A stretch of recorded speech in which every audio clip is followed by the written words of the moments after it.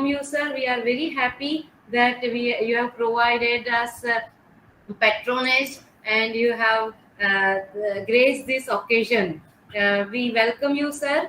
This is a very special event, we all know, and we have been receiving guidance from Good Post for organizing such events regularly. Even yesterday, there was a meeting on how to organize an event on such an important occasion of solar eclipse. So, sir, we request for your opening remarks for the same, as it is a regional level event, and I request you to guide us all. Please, sir.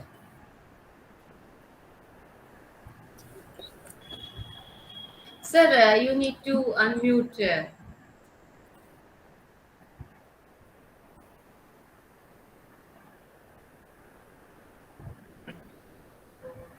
Thank you so much, Dr. Biba ma'am. Respected Dr. Rajman Thakore sir, Dr. P.D. Lele sir, and all our senior faculties and advisory committee members of Community Science Center, Anand. And special thanks to Biba ma'am for arranging this program.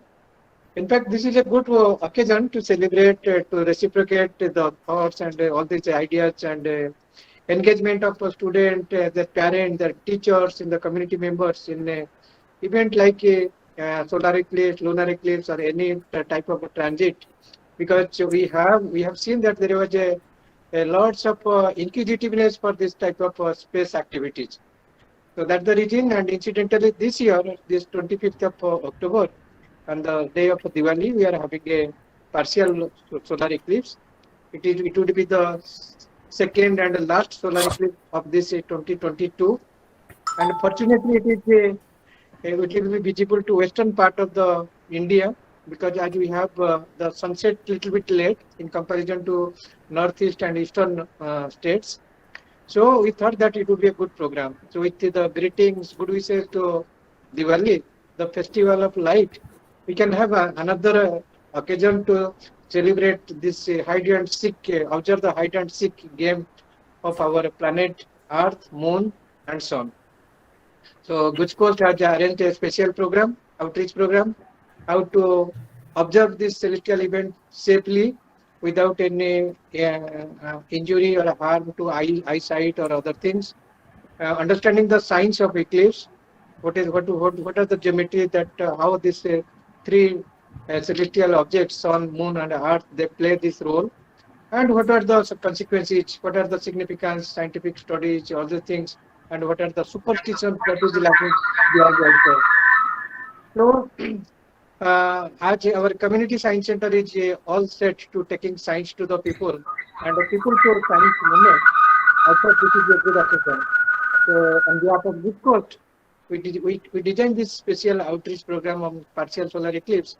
And yesterday we had a brief discussion, interaction with all our community science center coordinators, science communicators all across the state.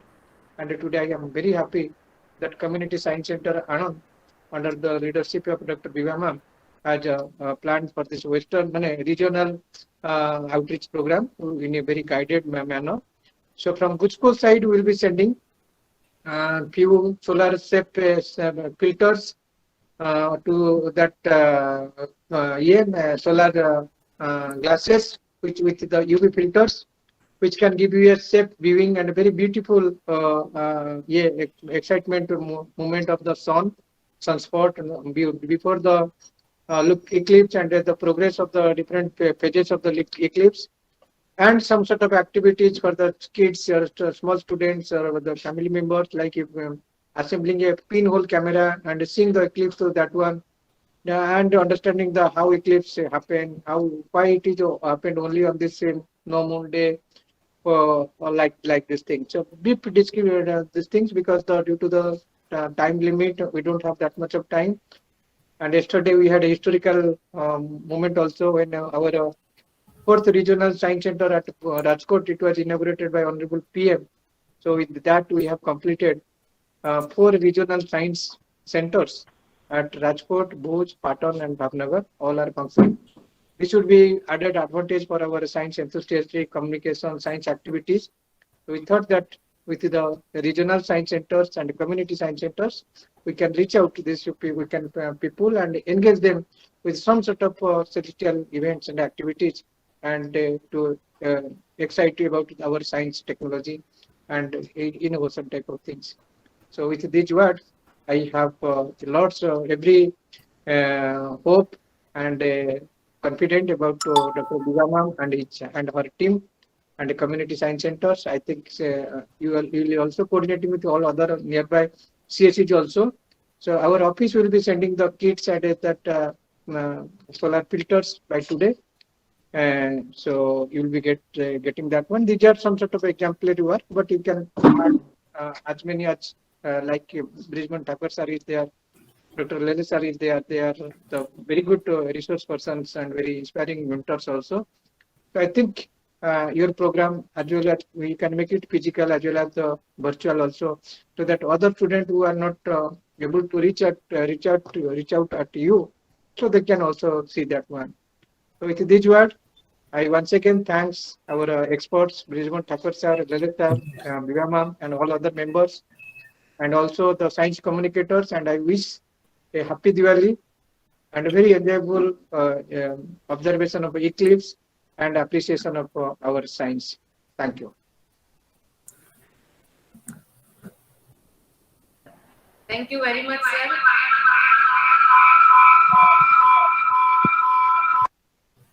Thank you very much, sir, for your guidance and encouragement.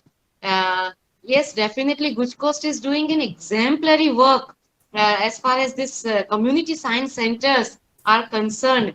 33 district level CSCs and 4 new regional centers. It is a great service to society through science awareness programs and such facilities. So, sir, we are very happy and thankful and grateful to you for your patronage and excellent leadership.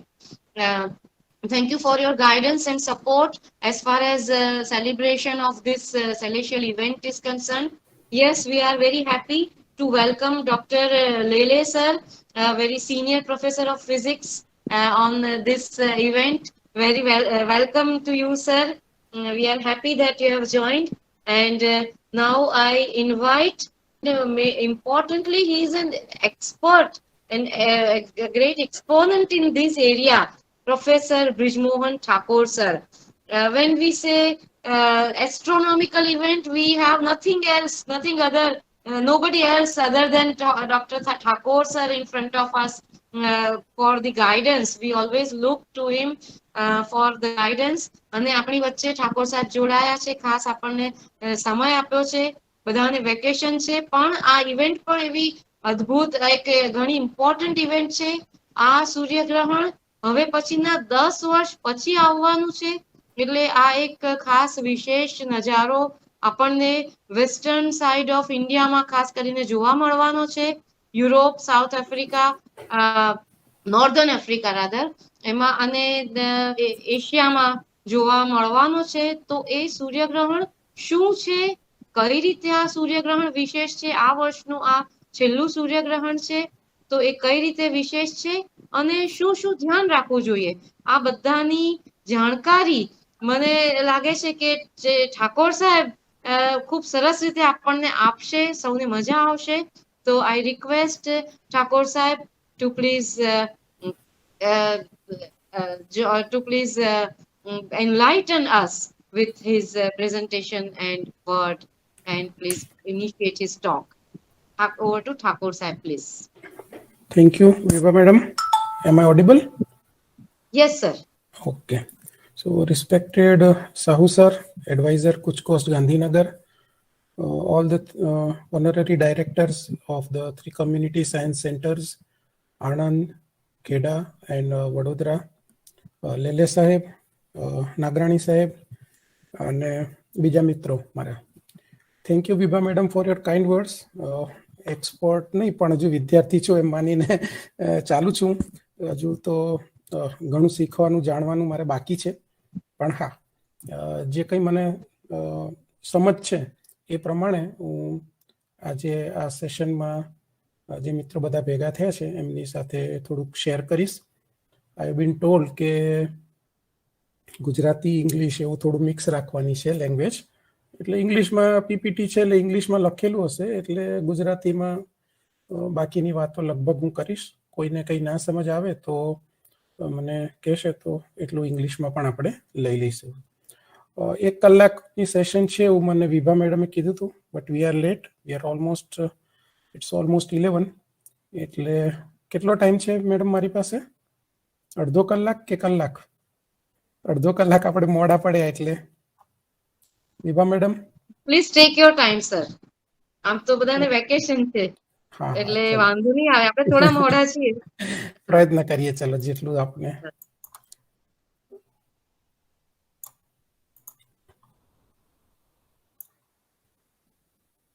Screen દેખાય છે મારી? હા sir. Okay fine. So it's almost 10:55. મિત્રો, eclipse વિશે થોડી વાતો કરવી છે આજે. એમાં બેઝિક ઇક્લિપ્સ એટલે શું એની સમજ, થોડું હિસ્ટોરિકલ, અને ખાસ પછી એને આંખોને નુકસાન ન થાય તે રીતે કેમ જોવું એની થોડી વાત કરીશું. ઇક્લિપ્સ વિશે ગૂગલમાં જનરલી તમે સર્ચ કરો એ સિવાયનું થોડું કંઈક બતાવવાનો પ્રયત્ન કર્યો છે. તમે ઇક્લિપ્સ વિશે સર્ચ કરો ને જે ઇમિડિયેટલી જે તમને માહિતી મળે છે એના કરતાં કંઈક એટલે જુદું જે છે એ તો પણ બતાવવાનો પ્રયત્ન કરીશ. ઓફકોર્સ જે બેઝિક ઇક્લિપ્સ વિશેનું છે એ આપણે લઈ લઈશું. તો મિત્રો, ઇક્લિપ્સ તો આપણા પૂર્વજો, આપણા ઋષિ મુનિઓએ લગભગ ઘણા સૈકાઓથી જોયું છે, અને એને ખૂબ સારી રીતે આપણા ઇન્ડિયન લિટરેચરમાં, વેદોમાં, અને બીજું જે ઇન્ડિયન એસ્ટ્રોનોમી વિશેનું જે કંઈ લિટરેચર છે એમાં ખૂબ સારી રીતે મૂક્યું છે. એટલે ત્યાંથી થોડીક શરૂઆત કરીએ. 1-2 સ્લાઇડ એના વિશે હું લઉં. આપણા વેદોમાં પણ ઇક્લિપ્સ વિશેનું જ્ઞાન એ વખતે હતું, અને ઋગ્વેદ સંહિતાની વાત કરીએ તો એમાં સરસ મજાનું આપ્યું છે. સ્વરભાનુ રાક્ષસ વિશેની એક કથા છે કે અમૃતનું જ્યારે અમૃત મંથનમાંથી નીકળ્યું, સમુદ્ર મંથનમાંથી, ત્યારે સ્વરભાનુ રાક્ષસ એ દેવોની વચ્ચે આવીને અમૃત પી લીધું હતું, એવી કંઈક કથાઓ છે. પણ ખાસ આમાં મારે એ બતાવવાનું છે કે અહીંયા જો અક્ષેત્ર વિદ્યા લખ્યું છે, એટલે કે જ્યોમેટ્રી અને કેલ્ક્યુલેશન્સ જેને ન ખબર હોય એ લોકો મુગ્ધ ભાવે જ્યારે ઇક્લિપ્સ થતું હોય, ગ્રહણ થતું હોય ત્યારે જોયા કરે છે, કેમ કે એમને અંદાજ નથી કે ખરેખર શું થઈ રહ્યું છે. આમાં એ પણ વાત છે કે તુરીય નામનું એક યંત્ર એ જમાનામાં હતું. સિદ્ધાંત શિરોમણીમાં ભાસ્કરાચાર્ય અને એ લોકોએ, વરામિહિર ને બધા ખૂબ સારી રીતે વર્ણન કર્યું છે આગળ. એમ તુરીય યંત્રીયની વાત આવે છે. જેમ આપણે અત્યારે વાત કરીએ છીએ કે આંખોને નુકસાન ન થાય તે રીતે આપણે ઇક્લિપ્સ ગ્રહણ જોવું જોઈએ, તો એ જમાનામાં પણ એક તુરીય યંત્ર વિશેનો ઉલ્લેખ છે સિદ્ધાંત શિરોમણીમાં, કે જેની મદદથી ઇક્લિપ્સ જોવામાં આવતું. એટલે કદાચ આંખોને નુકસાન થાય છે અને એને સેફલી જોવું જોઈએ, કંઈક આઈડિયા તો એ જમાનામાં પણ હશે. અને બીજું, અત્રિકુળના જે ઋષિ છે એ ગ્રહણ વિશે પ્રેડિક્શન કરી શકતા, એટલે કે ગણતરીથી પ્રેડિક્શન કરી શકતા, એવું એમાં વાત છે. અહીંયા એક સરસ મજાનું પિક્ચર છે જેમાં રાહુ અને કેતુનો તમને જોવા મળે છે કોતરણીમાં. એ જ રીતે સાઉથ ઇન્ડિયાના એક મંદિરમાં આ કોતરણી છે પથ્થરની, જેમાં અહીંયા આ સૂર્ય આપણે જોઈ શકીએ છીએ, આ ચંદ્ર છે, અને એક સાપ એને ગળી જતો હોય એવું બતાવવામાં આવ્યું છે. તો વરામિહિરે ખૂબ સારી રીતે એને લખ્યું છે કે અથતુ ભુજગેન્દ્ર રૂપ પુચ્છેન મુખેન વાસ ગ્રહયાતિ મુખ પુચ્છાંતર સંસ્થ સ્થગયતિ કસ્માન ભગણા ધર્મ. એટલે કે જે એ વખતે માનવામાં આવતું કે રાહુ કેતુ અથવા તો સાપ ગળી જાય છે સૂર્ય અને ચંદ્રને, તો એ પ્રશ્ન પૂછે છે લોજિકલી, સાયન્ટિફિકલી. એ કહે છે કે જો ખરેખર સૂર્ય અને ચંદ્રને ગળી જતો હોય સાપ, તો ઝોડિયાક ભગણ એટલે કે ઝોડિયાકના એના મુખ અને પૂછ વચ્ચેની 6 રાશિઓને કેમ નથી ઢાંકી દેતું? આ સિવાય પણ ઘણા લિટરેચરમાં ઇક્લિપ્સ વિશેના ઉલ્લેખો છે, પણ આજે એમાં ડિટેલમાં આપણે નહીં જઈએ. આપણે થોડીક ગ્રહણ વિશેની પ્રાથમિક માહિતી લઈ અને એને સેફલી કઈ રીતે જોવું એ જોવાનો આપણે પ્રયત્ન કરીશું. તો ઇક્લિપ્સની સાથે સાથે ટ્રાન્ઝિટ અને અકલ્ટેશન શબ્દો પણ આપણે જરાક સમજી લઈએ. ટેકનિકલી જોઈએ તો ઇક્લિપ્સ, ટ્રાન્ઝિટ અને અકલ્ટેશન એ એક જ પ્રકારના ઇવેન્ટ્સ છે કે જેમાં એક હેવનલી બોડી બીજા હેવનલી બોડીને ઢાંકી દે છે. ટ્રાન્ઝિટ એટલે સંક્રમણ, શુક્રનું સંક્રમણ, ટ્રાન્ઝિટ ઓફ વિનસ, અને 2016માં મર્ક્યુરીનું ઘણું ફેમસ થયું હતું, ઘણા બધા લોકોએ એને માણ્યું હતું. બીજું છે અકલ્ટેશન એટલે કે પિધાનયુતિ, અને ખરેખર જેને આપણે ગ્રહણ કહીએ છીએ એ સોલર અને લ્યુનર ઇક્લિપ્સની વાત કરીશું. તો ઇન શોર્ટ આપણે ટ્રાન્ઝિટ અને અકલ્ટેશન શું છે એ સમજી લઈએ. ટ્રાન્ઝિટ એટલે એક આમ તો ઇક્લિપ્સ જ છે, એટલે એક હેવનલી બોડી બીજા હેવનલી બોડીની વચ્ચે આવશે. અહીંયા આ પિક્ચરમાં આપણે જોઈ શકીએ છીએ કે આ સૂર્ય છે અને એની ઉપર કાળું ટપકું દેખાય છે, એ વિનસ છે, શુક્ર. ટ્રાન્ઝિટ ત્યારે થાય જ્યારે ઇનર પ્લેનેટ્સ એટલે સૂર્ય અને પૃથ્વી વચ્ચેના જે બે છે, બુધ અને શુક્ર, મર્ક્યુરી અને વિનસ, એ પૃથ્વી ઉપરથી જોતા ક્યારેક સૂર્યની બરાબર સામે આવી જાય, અને એની સાઇઝ તો ખૂબ જ નાની હોવાથી એ આખા સૂર્યને ઢાંકી પણ શકવાનો નથી. એટલે એ કાળા ટપકા રૂપે આપણને સનની ડિસ્ક ઉપર આપણે જોઈ શકીએ. આ 2004નો ફોટો છે, આ 2012નો છે. આને કહેવાય સંક્રમણ. અહીંયા પણ કાળા ટપકા રૂપે આપણે જોઈ શકીએ છીએ. બુધ તો એટલો નાનો છે કે એક નાનકડો સનસ્પોટ હોય એટલો માંડ દેખાય આપણને. 8 વર્ષના ગાળાના અંતરે 2004 અને 12માં શુક્ર સંક્રમણ થયા પછી હવે લગભગ 100 વર્ષ પછી શુક્રનું સંક્રમણ આપણે જોઈ શકીશું. બીજું છે અકલ્ટેશન, જેને આપણે ગુજરાતીમાં વિધાનયુતિ કહીએ છીએ. એ પણ એક પ્રકારનું તો ગ્રહણ જ છે. હવે ચંદ્ર આપણો સૌથી નજીકનો સાથીદાર છે અવકાશમાં, અને ઘણો મોટો છે. આપણને સાઇઝનો તો અંદાજ હશે જ, કેમ કે પૂર્ણ ચંદ્રમાં તો બધાએ જોયો હશે. એટલે ક્યારેક આકાશમાં જ્યારે ફરતો હોય ત્યારે એ એની પાછળ એટલે કે દૂર આવેલા બીજા ગ્રહો અને તારાઓને ઢાંકી દે છે. એટલે ઢાંકનાર જે હેવનલી બોડી છે એટલે કે ચંદ્ર, એ ઘણો નજીક પણ છે અને ઘણો મોટો પણ છે. અને જે ઢંકાઈ જાય છે એ બોડી પોઈન્ટ ઓબ્જેક્ટ જેવી જ આપણને અહીંયાથી દેખાય. એટલે અહીંયા ફર્સ્ટ પિક્ચરમાં વિનસને ચંદ્રએ ઢાંકી દીધો હતો મે 2004, અને પછી જ વિનસ ચંદ્રની પાછળથી નીકળતા આપણે જોઈ શક્યા. હમણાં થોડાક વખત પહેલા નવેમ્બર 2019માં ચંદ્રની પાછળથી ગુરુને આપણે નીકળતા જોઈ શક્યા. તો આ પણ એક પ્રકારનું ગ્રહણ જ છે, પણ જે ઢાંકનાર પદાર્થ છે, નજીક પણ છે ને બહુ મોટો છે.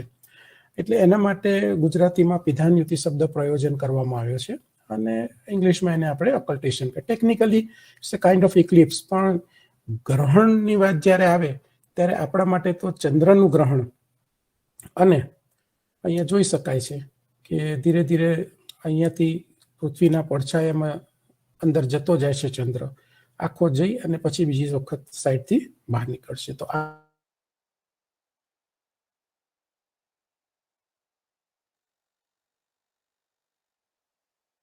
છે તે સૂર્યગ્રહણ. એ કંઈક આવું દેખાય. આ 2019ના સોલર ઇક્લિપ્સનો પિક્ચર છે, અને અમાસના દિવસે સૂર્યગ્રહણ થાય તે આપણે બધા જાણીએ છીએ. પણ દર અમાસના દિવસે પણ આપણે ચંદ્રને તો નથી જોઈ શકતા. તો દર અમાસે આપણે ફક્ત સૂર્યને જોઈ શકીએ છીએ. ચંદ્ર ત્યાં જ આસપાસ હોય છે, એ દિશામાં આસપાસ, એટલે એ સૂર્યની દિશામાં પૃથ્વીથી જોતા, પણ આપણે જોઈ શકતા નથી. તો સૂર્યગ્રહણ જ એક એ દિવસ છે કે જ્યારે આપણે ચંદ્રને સાથે સૂર્યની સાથે સાથે જોઈ શકીએ છીએ. જો આ ચંદ્ર છે જેને ઢાંકી દીધો છે, એટલે આટલો ભાગ સૂર્યનો આપણે નથી જોઈ શકતા, બરાબર. તો સૂર્યગ્રહણ એક એવો દિવસ છે કે જ્યારે ચંદ્ર પણ આપણે ચોક્કસથી જોઈ શકીએ છીએ અને સૂર્યને ઢાંકતો જોઈ શકીએ છીએ. આખી સિક્વન્સ છે 2019માં લીધી હતી, એટલે અહીંયા હું 2-3 શબ્દો થોડા સમજાવી દઉં. સૂર્યગ્રહણ વિશે ક્યારે પણ આપણે કેલેન્ડરમાં, પંચાંગમાં કે પેપરમાં જ્યારે આવે છે ત્યારે 3 શબ્દો આપવામાં આવે છે. એક છે સ્પર્શ. સ્પર્શ એટલે જે જગ્યાએથી સનના જે પોઈન્ટ ઉપરથી ઇક્લિપ્સ સ્ટાર્ટ થાય છે એ સ્પર્શ છે. એટલે અહીંયા લગભગ 1 o'clock પોઝિશનમાંથી ચંદ્ર સૂર્યને ઢાંકવાનું શરૂ કરે છે, એટલે સ્ટાર્ટિંગ ઓફ ધ ઇક્લિપ્સ આ સ્પર્શ છે. પછી આવશે મહત્તમ ઇક્લિપ્સ, મેક્સિમમ ઇક્લિપ્સ ઇંગ્લિશમાં જેને કહીએ છીએ. તેના માટે ગુજરાતીમાં શબ્દ છે પરમગ્રાસ. એટલે અહીંયા લગભગ આ સૌથી વધારેમાં વધારે પાર્શિયલ ઇક્લિપ્સ હોવાથી આટલું ઢાંકી દેશે સૂર્યને. એટલે આ પરમગ્રાસ વાળો પોઈન્ટ છે, પરમગ્રાસ વાળો સમય છે. અને પછી અહીંયાથી ધીરે ધીરે ચંદ્ર બહાર નીકળે છે. એટલે આ મોક્ષની દિશા કહેવાય છે. અહીંયાથી ગ્રહણ છૂટે છે, એટલે કે કમ્પ્લીટ થાય છે. તો આ સ્પર્શની દિશા છે અને આ મોક્ષ, અને આ થશે પરમગ્રાસ. આ ગુજરાતીમાં શબ્દો જે કદાચ તમે વાંચવા મળે પેપરમાં, હવે 2-3 દિવસમાં ઘણું બધું પેપરમાં ઇક્લિપ્સ વિશે આવશે. તો આ એ શબ્દોની સમજ છે. હવે આપણે થોડીક જ્યોમેટ્રીની વાત કરીએ કે કેટલા પ્રકારના ઇક્લિપ્સ હોય, how many types of eclipses are there, એની જ્યોમેટ્રી શું છે, અને બીજા રિલેટેડ પ્રશ્નો. તો બેસિકલી જે હવે અહીંયા હું સૂર્યગ્રહણની વાત કરીશ, ચંદ્રગ્રહણની વાત વચ્ચે ક્યાંક આવશે તો મૂકીશ, પણ બાકી મોટા ભાગે હું જ્યારે ઇક્લિપ્સ શબ્દ અથવા ગ્રહણ બોલું ત્યારે સૂર્યગ્રહણ છે એવું માનીને આપણે ચાલીશું. તો 3 તો આપણે નામ કદાચ જાણતા જ હશો બધા. એક છે ટોટલ ઇક્લિપ્સ, એટલે કે ગુજરાતીમાં એનું નામ છે ખગ્રાસ સૂર્યગ્રહણ. એક છે એન્યુલર ઇક્લિપ્સ, એટલે કે કંકણાકૃતિ, એટલે બંગડી અથવા કંકણ જેવો સૂર્ય આપણને દેખાય, વચ્ચેથી સૂર્ય ઢંકાઈ ગયો પણ એની પેરીફેરી ખુલ્લી હોય, એટલે એક બંગડી આકાશમાં હોય. એને રિંગ ઓફ ફાયર પણ કહેવામાં આવે છે ઇંગ્લિશમાં. અને ત્રીજું છે પાર્શિયલ ઇક્લિપ્સ, એટલે કે ખંડગ્રાસ. આ જે આપણે જોયું એ ખંડગ્રાસ છે, કેમ કે સૂર્ય આખો નથી ઢંકાતો, અડધો ઢંકાય છે, એટલે ખંડગ્રાસ છે. પણ ધારો કે ટોટલ સોલર ઇક્લિપ્સ હોય, આખો સૂર્ય ઢંકાઈ જાય, તો એ થશે ખગ્રાસ. બેસિક જ્યોમેટ્રી આ છે. સૂર્યની આસપાસ પૃથ્વી આ બ્લુ કલરની ઓર્બિટમાં ફરે છે, એટલે આ સન અર્થ પ્લેન છે. અને પૃથ્વીની આસપાસ ચંદ્ર આ પ્લેનમાં ફરે છે, એ પણ ઇલિપ્ટિકલ ઓર્બિટમાં છે. એટલે એવું પરિસ્થિતિ બને કે ચંદ્ર એની ઓર્બિટમાં ફરતા ફરતા પૃથ્વી અને સૂર્યની બરાબર વચ્ચે આવી જાય. એટલે ચંદ્ર એનો પડછાયો પૃથ્વી ઉપર પાડશે. પડછાયાના 2 ભાગ હોય, એક અમ્બ્રા અને બીજું પેનમ્બ્રા. આ 2 શબ્દો છે. અમ્બ્રા માટે ગુજરાતીમાં શબ્દો છે છાયા, તો પેનમ્બ્રા માટે છે પ્રછાયા. એટલે આ ફિગરમાં જોઈ શકાય છે કે એક નાનકડું આ બ્લેક ડોટ છે, એટલા ભાગમાં અમ્બ્રા છે, એટલે કે ટોટલ ઇક્લિપ્સ દેખાશે આટલા ભાગમાં. અને પછી એ એની રીતે પૃથ્વી પર ગતિ કરશે. પણ પ્રછાયા જે છે એ ઘણી મોટી છે કમ્પેરિઝનમાં. એટલે પૃથ્વીના ઘણા મોટા ભાગમાં આપણે ગ્રહણ જોઈ શકીએ, પણ ટોટલ એક ઓછા વિસ્તારમાં જ હશે. એની સામે જો અહીંયા વચ્ચે નહીં પણ સામેની સાઈડ પર હોય અહીંયા ચંદ્ર, એટલે કે પૂર્ણિમા જ્યારે હોય ત્યારે પૃથ્વીના જે પડછાયામાં ચંદ્ર જશે, એટલે ચંદ્રગ્રહણ થશે. હવે પ્રશ્ન એ થાય કે આ ખેલ પડછાયાનો છે. જો ન્યૂ મૂન હોય, એટલે કે ચંદ્ર અહીંયા હોય, તો ચંદ્રનો પડછાયો પૃથ્વી ઉપર પડશે. પણ ચંદ્ર ઓર્બિટમાં સામેની તરફ જાય તો પૃથ્વીના પડછાયામાં આવશે. એટલે 2 પ્રકારના ગ્રહણ છે આપણી પાસે, સૂર્યગ્રહણ અને ચંદ્રગ્રહણ. પણ પહેલો પ્રશ્ન પછી એ આવે કે તો દર પૂર્ણિમાએ ચંદ્રગ્રહણ થશે અથવા તો દર ન્યૂ મૂન એટલે કે અમાવસ્યાએ સૂર્યગ્રહણ થશે? એ પ્રશ્ન પહેલો આવે છે. તો એવું નથી. એનું કારણ એ છે કે આ જે સમતલ છે, સૂર્યની આસપાસ પૃથ્વી આ સમતલમાં ફરે છે, આ સમતલ. પણ પૃથ્વીની આસપાસ ચંદ્ર છે એ જે સમતલમાં ફરે છે, આ સમતલ, એ બંને એટલે કે લ્યુનર ઓર્બિટનું પ્લેન અને અર્થની ઓર્બિટનું પ્લેન, એ 2 વચ્ચે લગભગ 5 ડિગ્રીનો ખૂણો બને છે. એટલે થાય એવું કે કદાચ માની લો કે ચંદ્ર અહીંયા હોય અને એક સીધી રેખામાં આવે, તો પણ જે લ્યુનર ઓર્બિટનું તલ છે એ ઉપર હોવાથી ચંદ્ર ખરેખર એક લાઇનમાં હશે, લાઇન ઓફ સાઇટ જેને કહીએ, પણ એક તલમાં નહીં હોય. એટલે એનો પડછાયો પૃથ્વી ઉપરથી નીકળી જશે અને ગ્રહણ નહીં થાય. હવે આ 2 જે તલ છે, બરાબર, એના ઇન્ટરસેક્ટિંગ પોઈન્ટ્સ આપે છે. એક આ પોઈન્ટ છે અને બીજું આ પોઈન્ટ છે. એટલે ચંદ્ર એની ઓર્બિટમાં ફરતા ફરતા અર્થની ઓર્બિટને કાપી અને ઉપરની તરફ નીકળશે અને ફરી પાછું અહીંયાથી નીચેની તરફ જશે. તો ખરેખર આપણી પાસે 2 પોઈન્ટ મળે છે આપણને, ઇન્ટરસેક્ટિંગ પોઈન્ટ્સ આ 2 પ્લેનના મૂનની ઓર્બિટને લીધે. અને એ 2 પોઈન્ટ્સના ઇંગ્લિશમાં નામ છે એસેન્ડિંગ નોડ અને ડિસેન્ડિંગ નોડ. એસેન્ડિંગ નોડ એટલે જે પોઈન્ટ આગળથી મૂન અર્થના પ્લેનને કટ કરીને ઉપરની તરફ આવે છે, તલની ઉપરની તરફ એ, અને અહીંયાથી નીચે જાય છે. આ 2 પોઈન્ટ્સને ગુજરાતીમાં આપણે રાહુ અને કેતુ એવો શબ્દ પ્રયોજન કરવામાં આવ્યો છે. અને એ જ પછી દંતકથામાં છે કે રાહુ અને કેતુ સૂર્ય અને ચંદ્રને ગ્રસિત કરે છે. પણ ખરેખર વાત તો એ છે કે જ્યારે આ 2 પોઈન્ટ્સ પાસે હશે સૂર્ય કે ચંદ્ર, ત્યારે જ પડછાયો એકબીજા ઉપર પડી શકે અથવા પડછાયામાં ચંદ્ર જઈ શકે અને તો જ ગ્રહણ થાય. એટલે એ લોકવાયકા અથવા જૂના લિટરેચરમાં એવું જોવા મળે છે. પણ લોજિકલી પણ આપણે જોઈએ તો રાહુ અને કેતુની બરાબર ઉપર અથવા એની પાસેના એક વિસ્તારમાં, એની અમુક રેન્જમાં હોય તો જ આ શક્ય બનશે. અને આ જે લાઈન બને છે, આ 2 ડિસેન્ડિંગ પોઈન્ટ્સથી એસેન્ડિંગ પોઈન્ટ ડિસેન્ડિંગ પોઈન્ટનો છે, આને કહેવાય લાઈન ઓફ નોડ. એટલે આ આગળ આપણને કામ લાગશે સમજવામાં, એટલે યાદ રાખીશું આપણે. સંભળાય છે ને ભાઈ બરાબર? બીકોઝ મેડમ સંભળાય છે બરાબર? હા સર. હા, વચ્ચે જરાક ટહુકો કરતા રહેજો, કેમ કે હું અહીંયા રૂમમાં એકલો બેઠો છું. બંધ થઈ જશે તો પણ મને ખ્યાલ નહીં આવે, હું બોલ્યા કરીશ. ઓકે, સરસ, વેરી નાઇસ, બહુ જ સરસ. તમે જે વેદથી શરૂ કર્યું એ તો ખૂબ ગમ્યું સાહેબ. હવે આની જે વાત કરીએ, મેં આ જે ફિગર છે, મેં કીધું એ પ્રમાણે ચંદ્ર અહીંયા હોય તો એક લાઈનમાં આવે, પણ એ ચંદ્ર ખરેખર પૃથ્વી અને સૂર્યને જોડતી રેખાથી ઉપરની તરફ છે, એટલે એનો પડછાયો ઉપર કે નીચે જશે એટલે ગ્રહણ નહીં થાય. આ જ વસ્તુ આપણે બીજી ફિગરથી સહેજ સમજી શકીએ. અહીંયાથી સનલાઇટ આવે છે આ ડાયરેક્શનમાંથી, પૃથ્વી અહીંયા છે ને એનો પડછાયો તમે અહીંયા સુધી જોઈ શકો. જો અહીંયા હોય એટલે ખરેખર આ પૂર્ણિમા વાળી સિચ્યુએશન છે કે સૂર્ય અહીંયા છે, વચ્ચે પૃથ્વી છે અને આ સાઈડ ઉપર ચંદ્ર છે. પણ તમે જોઈ શકો છો કે પૃથ્વીનો પડછાયો ચંદ્ર સુધી પહોંચી શકે એમ છે, પણ ચંદ્ર પૃથ્વીના પડછાયાની ઉપર છે, એટલે કાં તો ઉપર હોઈ શકે અથવા નીચે. તો આ કન્ડિશનમાં ગ્રહણ નહીં થાય, એટલે દર પૂર્ણિમાએ ગ્રહણ નહીં થાય. એ જ રીતે ચંદ્ર જ્યારે આ સાઈડ ઉપર હોય અને એનો પડછાયો પૃથ્વી સુધી પહોંચી શકે એમ હોય, પણ એ જો 5 ડિગ્રીના ખૂણે હોય તો પડછાયો પૃથ્વીથી ઉપર અથવા નીચે પડશે એટલે ગ્રહણ નહીં થાય. તો આ આપણને બતાવે છે કે દર પૂર્ણિમાએ ચંદ્રગ્રહણ અથવા દર અમાવસ્યાએ સૂર્યગ્રહણ કેમ નથી થતું. બીજો પ્રશ્ન એ આપણને મનમાં આવે કે સૂર્ય તો ઘણો મોટો છે અને ચંદ્ર તો ઘણો નાનો છે સાઇઝમાં, એ આપણે જોઈ શકીએ એમ છે. ડાયામીટર જો કમ્પેર કરો તમે ચંદ્રનો અને સૂર્યનો, તો ચંદ્ર લગભગ આટલી સાઇઝનો જ છે સૂર્ય કરતા, 0.25%, 0.25 પણ નહીં, 0.25%. બરાબર? તો સૂર્યને ક્યારેક ટોટલ ઇક્લિપ્સમાં ઢાંકી કઈ રીતે દે?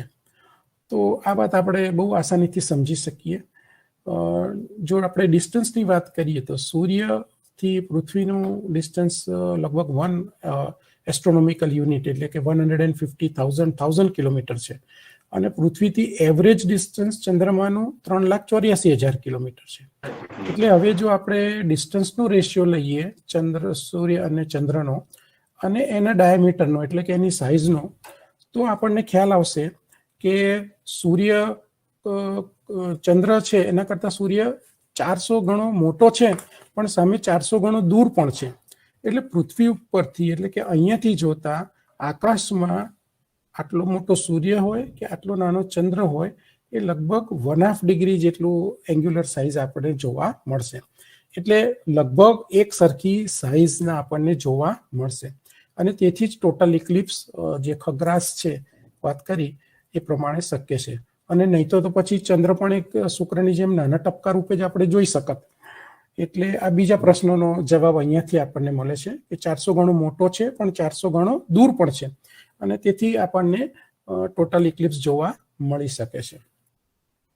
ટોટલની સામે હવે એન્યુલર કઈ રીતે સમજવું? તો પૃથ્વીની જે ઓર્બિટ છે ઇલિપ્ટિકલ છે. ઇલિપ્ટિકલ એટલે લંબગોળ, અને એમાં 2 પોઈન્ટ્સ હોય, પેરિલિયન એન્ડ અફિલિયન. એટલે પૃથ્વી સૂર્યની આસપાસ ઓર્બિટમાં ફરતા એક પોઈન્ટ ઉપર નજીકમાં નજીક હોય અને એમ દૂર પણ હોય. અને નેચરલી જો પૃથ્વી દૂર હોય સૂર્યથી તો આપણને સૂર્ય નાનો દેખાય. એટલે એની એંગ્યુલર સાઇઝ આ લગભગ 1/2 ડિગ્રી જેટલું થાય છે, 1/2 ડિગ્રી કરતાં સહેજ મોટું છે. અને જ્યારે નજીક હોય ત્યારે આપણને સૂર્ય થોડો મોટો દેખાય આની કમ્પેરિઝનમાં. ચંદ્રની વાત કરીએ તો એની ઓર્બિટ વધારે ઇલિપ્ટિકલ છે, એટલે 3,84,000 કિલોમીટર જે એવરેજ મીટર સુધી આવી શકે. અને નજીક હોય એટલે આટલો મોટો દેખાય, એન્ગ્યુલર સાઇઝ આટલી મોટી છે, બરાબર. તો દૂરમાં દૂર હોય ત્યારે આટલો નાનો આપણને આકાશમાં દેખાય. બહુ ફરક ના લાગે નરી આંખે જોતા. જો આપણે રોજ ના જોતા હોય એને તો અંદાજાઓ પણ મુશ્કેલ છે. પણ હવે વિચાર કરો કે જો ગ્રહણ વખતે સૂર્ય દૂર હોય પૃથ્વીથી તો એની સાઇઝ જે છે, અથવા નજીક હોય તો પણ મેક્સિમમ એનું આટલું છે સાઇઝ, પણ ચંદ્ર એનાથી પણ મોટો હોઈ શકે નજીક હોય ત્યારે, એટલે કે દેખાઈ શકે. તો એ આખો ઢાંકી શકે. આ સાઇઝ મોટી છે 34 મિનિટ 32 મિનિટ કરતા, એટલે આખો ઢાંકી શકે તો ટોટલ સોલર ઇક્લિપ્સ થાય. પણ જ્યારે ચંદ્ર ઘણો દૂર હોય, 4,06,000 કિલોમીટર સુધી જઈ શકે, તો હવે સૂર્ય કરતાં એની સાઇઝ નાની છે. એટલે એવું થાય કે સૂર્ય મોટો હોય પણ ચંદ્ર વચ્ચે આટલો આવી જાય, આ ચંદ્ર આવી જાય, તો આપણને આ રિંગ ઓફ ફાયર એટલે કે કંકણ આકૃતિ એન્યુલર ઇક્લિપ્સ આપણે જોઈ શકીએ. તો આ પોસિબિલિટી છે. હવે આને આપણે એક ફિગર વડે સમજવાનો કોશિશ કરીએ. આ ફિગર તમે જોઈ શકો છો. આ સરફેસ ઓફ અર્થ છે, બરાબર, પૃથ્વી. આ સૂર્ય છે અને ચંદ્ર તમે જોઈ શકો છો. ચંદ્ર મેં કીધું એ પ્રમાણે આટલાથી આટલા સુધી એનું ડિસ્ટન્સ વેરિએશન થઈ શકે છે. એટલે માની લો કે આ ડિસ્ટન્સ 3,60,000 કિલોમીટર અથવા કંઈક છે. તો પૃથ્વી એ મોટો દેખાશે અને એનો જે પડછાયો છે, આ પડછાયો જે આ પૃથ્વીના સરફેસ ઉપર પડશે, એટલે અહીંયા જે માણસો છે એ વિસ્તારમાં, બરાબર, એમના માટે આ ચંદ્ર સૂર્યને પૂરેપૂરો ઢાંકી દેશે અને એ ટોટલ સોલર ઇક્લિપ્સ થશે. બાકીના વિસ્તાર જે છે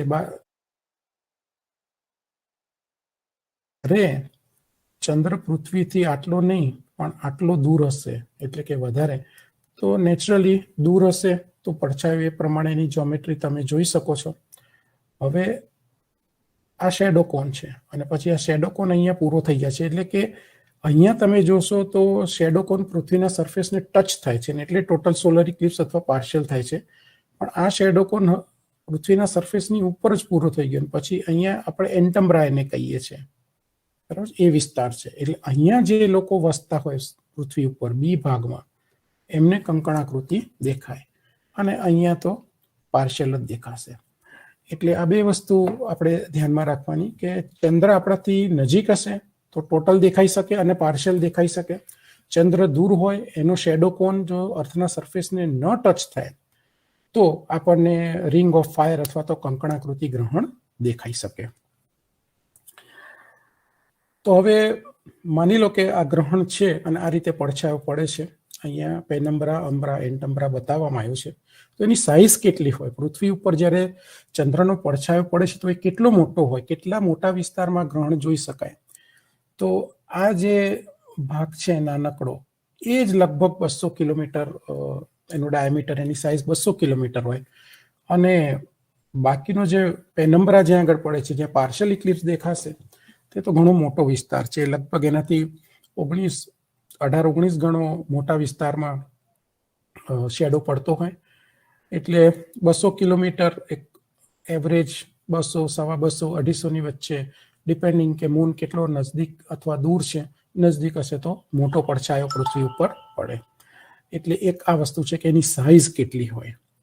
એ મીર સ્ટેશનની એક ફોટોગ્રાફ જે છે 11 ઓગસ્ટ 1999નો, એ ખ્યાલ આપણને આપે છે કે કેટલા મોટા વિસ્તારમાં પૃથ્વી ઉપર લગભગ 200 કિલોમીટર વિસ્તારમાં અમ્બ્રા ટચ થતો હોય અને પછી એ અહીંયા પૃથ્વીની સરફેસ ઉપર દોડતો જાય. કેમ કે પૃથ્વી પણ મોશનમાં છે, ચંદ્ર પણ મોશનમાં છે, એટલે પડછાયો પૃથ્વીની સરફેસ ઉપર રીસર દોડતો દેખાય. જો તમે સ્પેસ સ્ટેશનમાંથી કે પૃથ્વીની ઉપર આપણે જતા રહીએ તો આપણને દેખાશે. And one thing which you must keep in mind is line of demarcation, એટલે કે અંબરા પેનમ્બરાની બાઉન્ડ્રી કોઈ શાર્પ નથી, એ આપણે ખ્યાલ રાખવાનો છે. કે કોઈ પણ પડછાયો હોય ને એને અંબરા પેનમ્બરામાં વહેંચીએ પણ દેટ લાઇન ઓફ ડિમાર્કેશન અંબરા અને પેનમ્બરા વચ્ચે શાર્પ ન હોય. હવે સાઇઝ તો અંદાજ આવી ગયો, અને સૂર્ય, ચંદ્ર, પૃથ્વી બધા મોશનમાં હોવાથી આ પડછાયો પૃથ્વીના સરફેસ ઉપર આપણને આમ ભાગતો દેખાય. તો એ સ્પીડ કેટલી હોય? આની આ વસ્તુ જે છે એ ધારો કે મેપમાં બતાવવામાં આવે તો કંઈક આવો મેપ હોય. નોર્થ અમેરિકાનો ભાગ છે, અને અહીંયા સેન્ટ્રલ લાઇન છે. આ વચ્ચે જે આ લાઇન દેખાય છે, આ જે એ સેન્ટ્રલ લાઇન છે. અહીંયા કંઈક નંબર્સ આપ્યા છે, લાઈક અહીંયા 2630 છે લગભગ, અહીંયા 652 છે, અને ફરી ચેન્જ થાય છે. તો આ જે ચંદ્રનો જે પડછાયો છે પૃથ્વીની સરફેસ ઉપર જે દોડતો જાય છે એની સ્પીડ બતાવે છે. એટલે 1 સેકન્ડમાં લગભગ, આની વાત કરીએ આ પોઈન્ટની, તો 1 સેકન્ડમાં 652 મીટરની સ્પીડથી અહીંયા ગતિ કરે છે. અને પડછાયો અહીંયા જ્યારે પહોંચે છે ત્યારે 1040 લગભગ છે. એટલે વેલોસિટી બતાવે છે, સ્પીડ બતાવે છે પડછાયાની, અને એ પણ વેરિયેબલ છે. એટલે આ આપણે જોયું જ્યોમેટ્રી, ટોટલ એન્યુલર કઈ રીતે થાય. આ એક એનિમેશન છે સરસ મજાનું, એક અંદાજ આવે આપણને કે કઈ રીતે પડછાયો પૃથ્વીની સરફેસ ઉપર ભાગતો કદાચ બહારથી આપણે જોઈએ તો દેખાઈ શકે. અને પોલ્સ પાસે પડછાયાની સ્પીડ ઇક્વેટર કરતાં ઘણી વધારે હોય છે. આ હાઇબ્રિડ છે, એટલે આપણે ટોટલ, પાર્શિયલ અને એન્યુલર ઇક્લિપ્સ વિશે જોયું, પણ એક હાઇબ્રિડ પણ હોય છે. હવે અહીંયા હાઇબ્રિડમાં તમે જુઓ કે ઇક્લિપ્સ સ્ટાર્ટ થાય છે એન્યુલર તરીકે, જો આ પડછાયો આટલે સુધી જ છે, પૃથ્વીની સરફેસ ઉપર ટચ થતો નથી. So the eclipse starts as a annular eclipse, કંકણાકૃતિ ઇક્લિપ્સ તરીકે પૃથ્વીના કોઈક એક ભાગ ઉપરથી ઇક્લિપ્સ ચાલુ થાય છે. અને પછી મૂન, અર્થ ને એનું ડાયનેમિક્સ અને પૃથ્વીનું કર્વેચર, કેમ કે આપણે જો આ પૃથ્વીનું કર્વેચર આપણે આમ છે, અહીંયા આ ચંદ્ર હોય તો આ ડિસ્ટન્સ અને આ ડિસ્ટન્સમાં ફરક હોય, બરાબર છે. એટલે પૃથ્વીનું કર્વેચર, એ સિવાય ચંદ્ર એની પોતાની ગતિ અને ડિસ્ટન્સ તો પાછું કોન્સ્ટન્ટ ચેન્જ થતું હોય ટાઈમ જાય એમ. એટલે એન્યુલર ઇક્લિપ્સ ટોટલમાં કન્વર્ટ થાય છે. અહીંયા આગળ આટલા ભાગ સુધી એ ટોટલ ઇક્લિપ્સ તરીકે પૃથ્વી ઉપર રહે છે, અને ફરી પાછું ડિસ્ટન્સને ચેન્જ થવાથી, પૃથ્વીનું કર્વેચર ચેન્જ થવાથી એ એન્યુલર થઈ જાય છે. તો આને કહેવાય હાઇબ્રિડ ઇક્લિપ્સ. એટલે ટોટલ એન્યુલર અને આ ટોટલ અને એન્યુલરનું કોમ્બિનેશન જ છે, પણ એને હાઇબ્રિડ ઇક્લિપ્સ કહેવાય. આટલી વાતો કર્યા પછી હવે કે આમાં આપણે કીધું કે ડિસેન્ડિંગ કે એસેન્ડિંગ નોડ્સ પાસે આવે, એની પાસે હોય તો પૃથ્વી, ચંદ્ર અને સૂર્ય એક રેખામાં તો હોય, લાઇન ઓફ સાઇટમાં, પણ એક પ્લેનમાં પણ હોય. અને પડછાયો એક ઓબ્જેક્ટનો બીજા પર પડવા માટે બહુ જરૂરી છે કે એક લાઇનમાં હોય અને એક પ્લેનમાં પણ હોય. એટલે એ હવે જોઈ લઈએ આપણે. ચલો, તો આ પૃથ્વી છે, અને આપણને સૂર્ય આકાશમાં આ ઓર્બિટ એની દેખાય છે, આકાશમાં આ પાથ ઉપર ટ્રાવેલ થતો દેખાય છે. અને આ ચંદ્ર છે. તો અહીંયા ખ્યાલ આવશે કે ચંદ્ર, આ જે અર્થ સનનું પ્લેન છે એને કાપીને અહીંયાથી નીચેની તરફ જાય છે અહીંયા. એટલે આ ડિસેન્ડિંગ પોઈન્ટ છે, કેતુ જેને આપણે કહીએ છીએ. અને એ જ રીતે અહીંયા સુધી પહોંચ્યા પછી ચંદ્ર એને કાપીને ઉપરની તરફ જશે, પ્લેનને. તો આપણો એસેન્ડિંગ નોડ અથવા તો રાહુ જેને કહીએ છીએ તે છે. હવે માની લો કે આ પૃથ્વી અહીંયા છે, સૂર્ય અહીંયા છે, એટલે પૃથ્વીનો પડછાયો અહીંયા પડે છે. અને આ નોડથી ચંદ્ર આટલો દૂર છે, ઘણો દૂર છે, સામે જ છે, લાઇન ઓફ સાઇટ જ છે, પણ એ પડછાયાની ઉપર હોવાથી ગ્રહણ નહીં થાય, બરાબર છે. તો કદાચ આ પોઝિશનની જગ્યા પર માની લો કે સૂર્ય અહીંયા છે, માની લો કે આ સન છે, બરાબર. તો હવે એનો પડછાયો અહીંયા પડશે. એ વખતે જો મૂન આટલે પણ હશે તો એ પડછાયામાં આવશે, કેમ કે હવે આ તમે નોડ્સ તમે જુઓ તો એક લાઇન ઓફ સાઇટમાં તો છે, પણ એક પ્લેનમાં પણ છે. એટલે આ પોઝિશનમાં હશે તો ગ્રહણ થઈ શકશે. એટલે એસેન્ડિંગ નોડ અને ડિસેન્ડિંગ નોડથી એક રેન્જ હશે કે જેમાં સૂર્ય ચંદ્ર હોય તો પડછાયાની પર પડે અથવા પડછાયામાં પ્રવેશ કરે તો ગ્રહણ થશે. અને એટલે જૂની લોકવાયકામાં જે રાહુ અને કેતુ સૂર્યચંદ્રને ગ્રસિત કરે છે એને આપણે અંધશ્રદ્ધાથી નહીં પણ એક સાયન્ટિફિક ફેક્ટના રૂપમાં આપણે સમજવાનો પ્રયત્ન કરવો જોઈએ. એટલે આને આપણે જોઈએ તો આકાશમાં આપણને ઓર્બિટ તો નથી દેખાવાની, પણ માની લો કે આ નોડ આકાશમાં અહીંયા ક્યાંક છે, બરાબર? તો આ મૂનની ઓર્બિટ છે એટલે આ ડિસેન્ડિંગ નોડ થશે, ઉપરથી નીચેની તરફ જાય છે અને આ રેન્જમાં છે એટલે બંને ચંદ્ર સૂર્યની વચ્ચે આવશે એટલે ગ્રહણ દેખાશે. માની લો કે નોડથી આટલું નહીં, આટલું ડિસ્ટન્સ નહીં પણ વધારે દૂર હોય, આ સૂર્ય અહીંયા હોય ને ચંદ્ર ઉપરથી નીકળી જાય, અમાસનો દિવસ છે, લાઇન ઓફ સાઇટમાં આપણને સૂર્ય ચંદ્ર આકાશમાં એક જ રાશિમાં હોય, આકાશ બહુ બ્રાઇટ હોય, બ્રાઇટ સનલાઇટને લીધે એટલે ચંદ્ર ન દેખાય અમાવસ્યાના દિવસે અને ગ્રહણ પણ ન થાય. પણ નોડથી આટલા વિસ્તારમાં આ બાજુ અથવા તો પછી આ સાઈડ ઉપર હોય તો ચંદ્ર આપણી અને સૂર્યની વચ્ચે આવી શકે એટલે એનો ઢંકી શકે, એ પડછાયો આપણા વિસ્તારમાં પડે એટલે આપણને સૂર્ય ઢંકાતો દેખાય. હવે આ જે લાઇન ઓફ નોડ છે, લાઇન ઓફ નોડ એટલે આ line of node, line of node, એક આ નોડ, બીજું અર્થ ને આ ત્રીજું, આ this is line of node. આ નોડ પોતે જો સૂર્યની દિશા છે, ચંદ્રની દિશા છે, તો નોડ રેટ્રોગ્રેડ ચાલશે, એટલે કે ધીરે ધીરે આમ એની પોઝિશન ઓરિએન્ટેશન એનું થતું જશે અને લગભગ 18 વર્ષે બરાબર એનું નોડ એક ઓર્બિટ કમ્પ્લીટ કરશે. આ લ્યુનર ઇક્લિપ્સ જે રીતે આ ફિગર મેં બતાવી એ જ રીતે આ લ્યુનર ઇક્લિપ્સની છે. માની લો કે અહીંયા નજીક હોય એની જગ્યા પર આ ઓર્બિટમાં દૂર હોય તો ગ્રહણ ન થાય. એટલે નોડથી એક પર્ટિક્યુલર રેન્જ જેને ઇક્લિપ્સ વિન્ડો કહેવામાં આવે છે એટલી રેન્જમાં સૂર્ય અને ચંદ્ર હોવા જોઈએ ઇક્લિપ્સ થવા માટે. Let us not go into this figure, time ઓછો છે. હવે આ લાઇન ઓફ નોડ છે, મેં ફિગર બતાવી પ્રમાણે સન આ દિશામાં જઈ રહ્યો છે, મૂન પણ આ દિશામાં આપણને પૃથ્વી પરથી દેખાય છે અને આ બે નોડ છે, એસેન્ડિંગ નોડ અને ડિસેન્ડિંગ નોડ, અને આ છે આપણી લાઇન ઓફ નોડ. એટલે એ રેટ્રોગ્રેડ. આની બે પ્રીવિયસ સ્લાઇડ જરા ફરીથી જોવી છે. એની આગળની હા હા હા હા હા. એટલે આ મેં જે બતાવ્યું એ જ છે. હા. એટલે આ નોડ છે, આ બીજો નોડ છે, this is line of node.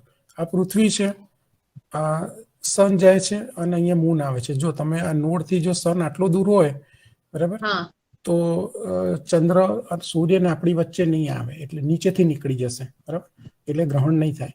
પણ અહીંયા જસ્ટ હવે આ લિમિટ છે, બિગિન ટુ ટચ, અને જો અહીંયા હોય નોડથી આટલું દૂર હોય આ સાઈડ ઉપર કે આ સાઈડ ઉપર તો ઇક્લિપ્સ થઈ શકે. તો એને ઇક્લિપ્સ વિન્ડો કહેવામાં આવે, વેર ઇક્લિપ્સિસ હેપન.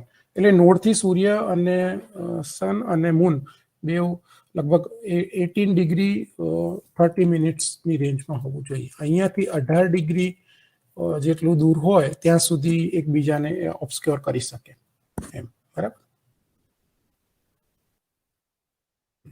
આ છે આપણી લાઇન ઓફ નોડ્સ અને સન મૂન આમ જાય છે તો હવે આ ડાયરેક્શનમાં જશે, એટલે કે આખી આ લાઇન ઓરિએન્ટ થશે, એટલે કે નોડ પોતે ખસતો ખસતો આ દિશામાં જશે, બરાબર છે. અને એને એક રોટેશન કમ્પ્લીટ કરતા 18.6 વર્ષ લાગે છે. એટલે કે એક વર્ષની વાત કરીએ ને તો નોડ 19.3 ડિગ્રી ખસી જાય છે. એટલે નોડ અત્યારે આજે ધારો કે અહીંયા છે તો એક વર્ષ પછી આ નોડ ખસીને આટલે આવશે 19 ડિગ્રી એમ ખસતા ખસતા એ 18 વર્ષે ફરી પાછી આ ઓરિએન્ટેશનમાં આવશે. હવે એના લીધે સૌથી જાણવા જેવી બાબત એ છે કે આ નોડ ખસે છે એને કારણે થાય છે શું, તો ગ્રહણ જુદા જુદા વર્ષોમાં નોડ ખસવાને કારણે જુદા જુદા મહિનાઓમાં થાય છે.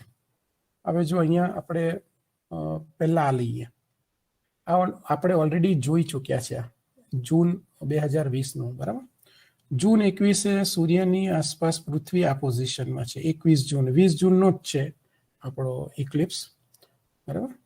હવે પૃથ્વી અહીંયા હોય ઓર્બિટમાં એટલે સૂર્ય જેમિની રાશિમાં છે, બરાબર. અને નોડ પણ ત્યાં જ હતો, કેમ કે ઇક્લિપ્સ થયો છે આપણને ખબર છે. એટલે sun and node in Gemini. Okay, હવે મેં કીધું એ પ્રમાણે શું થશે, 3 વર્ષોમાં દર વર્ષે 19.3 ડિગ્રી ખસે છે રેટ્રોગ્રેડ. બરાબર, રેટ્રોગ્રેડ એટલે જો તમે અહીંયા જોશો કે સૂર્ય જૂન 21 અહીંયા છે, જુલાઈમાં અહીંયા છે, ઓગસ્ટમાં અહીંયા છે. એટલે સન જે ડાયરેક્શનમાં આપણને ખસતો તારાઓની સાપેક્ષે દેખાય છે આ દિશામાં, એના કરતાં રેટ્રોગ્રેડ જશે. અને 19.3 ડિગ્રી પર યર છે. બરાબર, 3 degree per year into 3 years, if you multiply, that would be 58 degree. So that is nearly equal to 60 degree. એટલે કે 2 રાશિ, 2 zodiac sign. તો 21 જૂન 2020 એ જેમિનીમાં હતો સૂર્ય અને નોડ. હવે 3 વર્ષમાં એ રેટ્રોગ્રેડ એટલે જેમિનીથી ટોરસ ને ટોરસથી એરીસમાં જશે. એટલે હવે નોડ અહીંયા છે 2023માં એરીસમાં. બરાબર, એપ્રિલ આટલું ખસી જાય છે. એટલે હવે શું થશે કે હવે જ્યારે સૂર્ય ને ચંદ્ર આ રાશિમાં નહીં પણ નોડ આ દિશામાં છે, એટલે નોડ પાસે જ સૂર્ય ચંદ્ર હોવા જોઈએ. એટલે સન કાં તો અહીંયા હશે લિબ્રામાં, જેમ કે આ વખતે છે ઓક્ટોબર 25નું જે ગ્રહણ છે એમાં સૂર્ય લિબ્રામાં છે, તુલા રાશિમાં છે, અને કાં તો અહીંયા હોવો જોઈએ, કેમ કે નોડ અહીંયા છે, આ નોડ છે, એટલે સૂર્ય ચંદ્ર ત્યાં હોવા જોઈએ. તો 2020માં જે ઇક્લિપ્સ જેમિનીમાં થયું હતું એ 2023નું ઇક્લિપ્સ હવે એરીસમાં થશે. બરાબર છે, રાશિ બદલાઈ.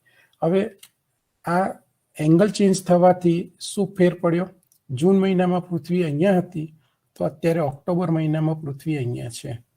બરાબર, એટલે આપણને આ વખતનું જે ગ્રહણ દેખાશે એ લિબ્રામાં દેખાશે. આખો મહિનો ચેન્જ થયો. જુઓ, જેમિની મતલબ શું? જેમિનીમાં જ્યારે સૂર્ય હતો ત્યારે જૂન મહિનો ચાલતો હતો. હવે એરીસમાં એટલે કે નોડ અહીંયા અને અહીંયા શિફ્ટ થયો, લિબ્રા અને એરીસમાં, આ લાઈનમાં. તો ઓક્ટોબર મહિનામાં પૃથ્વી અહીંયા છે. બરાબર છે, તો ઓક્ટોબર આખો મહિનો સિઝન ચેન્જ છે. એટલે મહિનો પણ બદલાય. જેમ સમય જાય એમ નોડ એની ઓરિએન્ટેશન બદલે, એટલે નોડ ઓરિએન્ટેશન બદલે એટલે મહિનો આખો ચેન્જ થાય. એટલે months change when solar eclipses occur. એટલે અમે ટેબ્યુલેશન આપ્યું છે. લાઈક 2001માં જે ઇક્લિપ્સ થયા હતા એ ડિસેમ્બર અને જૂન મહિનામાં થયા હતા. અને હવે 18.6 વર્ષ અહીંયાથી તમે ઉમેરો, કેમ કે નોડને એક રોટેશન કરતા આટલો વખત લાગે, એટલે ફરી પાછું એક ડાયરેક્શનમાં આવે. તો 2019-20માં ડિસેમ્બર અને જૂન મહિનામાં, 2019માં ડિસેમ્બરમાં હતું એ પણ આપણે જોયું છે, જૂન 2020માં પણ આપણે ગ્રહણ જોયું છે. આ 18 વર્ષનો ગાળો છે. હવે અહીંયા જુઓ 3 વર્ષમાં શું થયું હતું, ઓક્ટોબર ને એપ્રિલમાં આવ્યું હતું. સર આ વર્ષે શેમાં આવશે? ગુજરાતીમાં જરા. આ ગુજરાતીમાં જ બોલું છું ને, કે ઇંગ્લિશમાં બોલતો હતો? રાશિ રાશિ એટલે ઝોડિયાક સાઇન જે આપણી જેને કહીએ છીએ ને, એટલે રાશિ એમ કોન્સ્ટેલેશન અથવા ઝોડિયાક સાઇન જે કહીએ છીએ. તો અહીંયા પણ જુઓ 2020માં જૂન મહિનામાં હતું, હવે એપ્રિલ મહિનામાં એરીસમાં હશે. એટલે એ પ્રમાણે તો 2020થી બીજા 3 વર્ષ ઉમેરે તો અત્યારે 2022-23ની વાત છે. બરાબર, તો એ ઓક્ટોબર અને એપ્રિલમાં થશે. આ વખતે ઓક્ટોબરમાં છે, નેક્સ્ટ આવશે તો એપ્રિલમાં આવશે. એટલે seasons change, months change when solar eclipses occur. અને એ નોડ ફરે છે એ પ્રમાણે જેમ જેમ સમય જાય એમ જુદી જુદી રાશિમાં ઇક્લિપ્સ થતો હોય. સાહેબ, રાશિનું ગુજરાતીમાં બોલો, ગુજરાતી રાશિનું નામ બોલો. એ જરૂર. લિબ્રા કીધું ને મેં, તુલા રાશિ. આ રહ્યું જો, આ તુલા રાશિ છે, આ લિબ્રા. એટલે આ વખતની આપણે વાત કરીએ, 2020માં આ પરિસ્થિતિ હતી. સન અને નોડ બંને હતા. 2 વર્ષમાં શું થઈ ગયું? હવે 3 વર્ષમાં કે અહીંયા સુધી 60 ડિગ્રી મેં બતાવ્યું હતું ને આગળ, 60 ડિગ્રી જેટલું ખસશે, કેમ કે પર યર 19.3, એટલે ખસીને અહીંયા સુધી આવશે. બરાબર, એટલે હવે નોડ જે પહેલા અહીંયા હતો, અહીંયા અને અહીંયા આ ડાયરેક્શનમાં, એની જગ્યા પર હવે નોડ અહીંયા છે અને અહીંયા છે. અને નોડની પાસે સૂર્ય આવશે કે ચંદ્ર આવશે ત્યારે જ તો ગ્રહણ થવાનું છે. એટલે હવે આ તુલા રાશિમાં થશે આ વખતે. ઓક્ટોબર મહિનો એટલે પૃથ્વી અત્યારે અહીંયા છે, તો સૂર્ય આપણને ક્યાં દેખાશે? સૂર્યની પાછળ આ રાશિ કઈ છે? લિબ્રા, તુલા. તો તુલા રાશિમાં ગ્રહણ આપણને દેખાશે. આ રીતે મહિના ચેન્જ થાય નોડ ફરવાને લીધે. તો આ અસર છે નોડની. સારોસ પીરિયડની એક વાત કરી લઈએ. સૂર્યગ્રહણની વાત કરીએ અને સારોસ સાયકલ વિશે ના કહીએ તો અધૂરું ગણાય. સારોસનો મતલબ છે રીઅકરન્સ, એટલે કે ફરી ફરીને થવું. સારોસ સાયકલ જે છે એ 18 વર્ષ 10 દિવસ અને 8 કલાકનો છે. એટલે જો દિવસોમાં આપણે કન્વર્ટ કરીએ તો 6585 દિવસ અને 8 કલાક. આખો એક દિવસ પૂરો નથી, 8 કલાક છે ઉપર.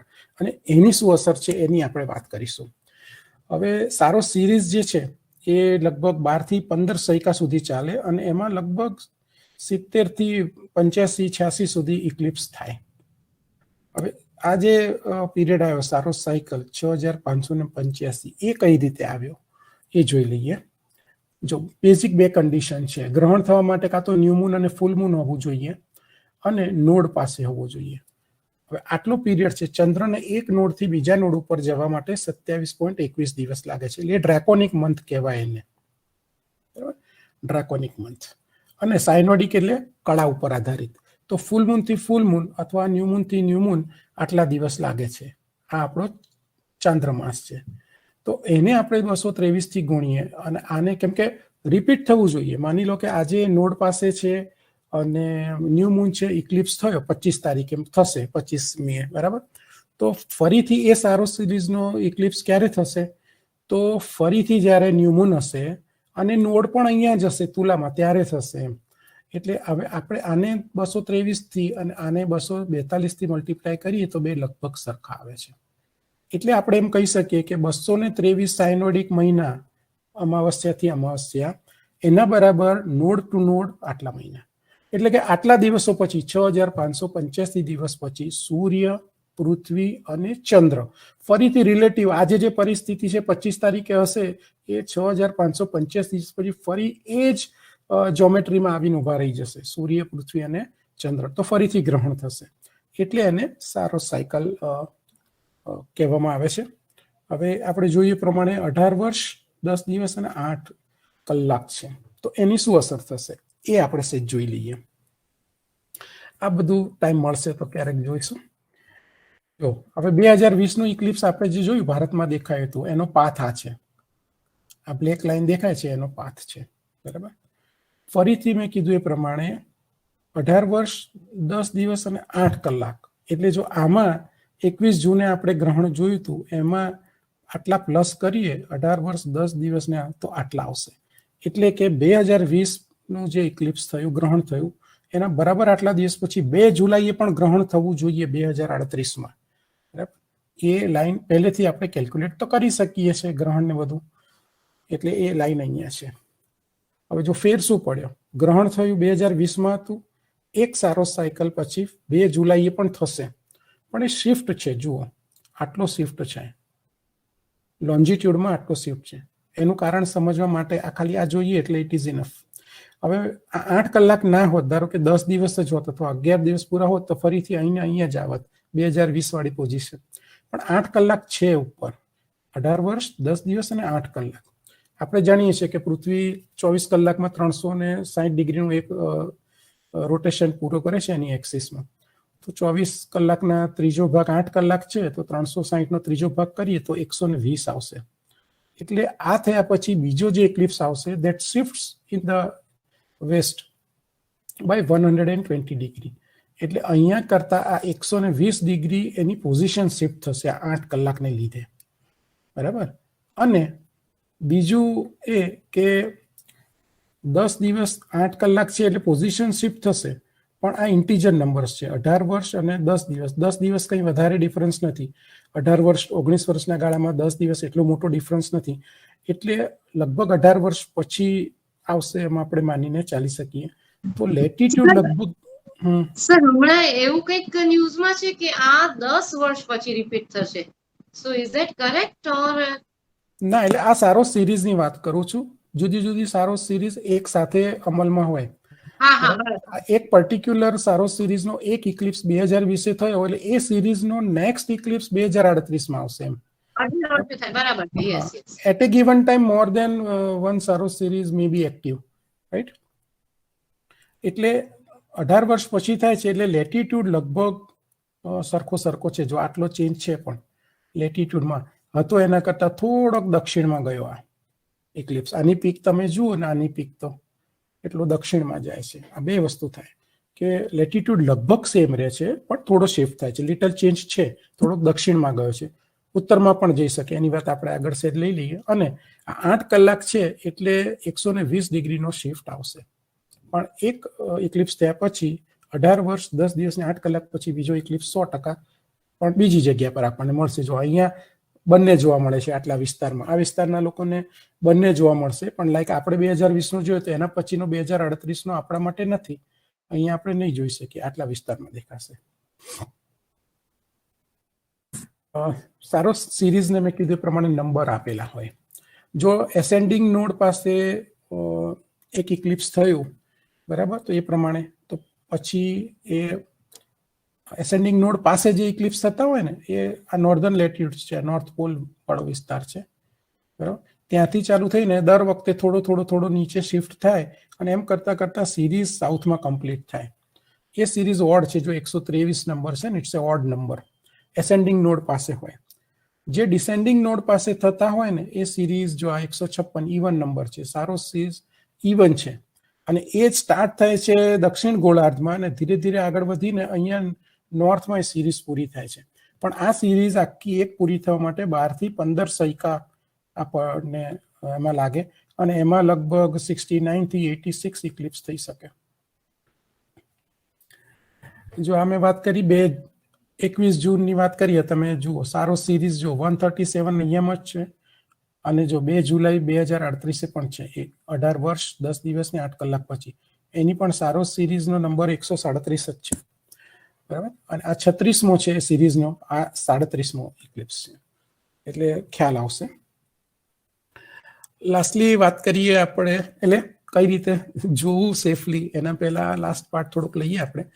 નાસાની વેબસાઇટ ઉપર કે ગમે ત્યાં આપણે જોઈએ ને તો આવા ઇક્લિપ્સ મેપ્સ આપણને દેખાય. એને સમજવા માટેનો આ ગ્રાફ છે.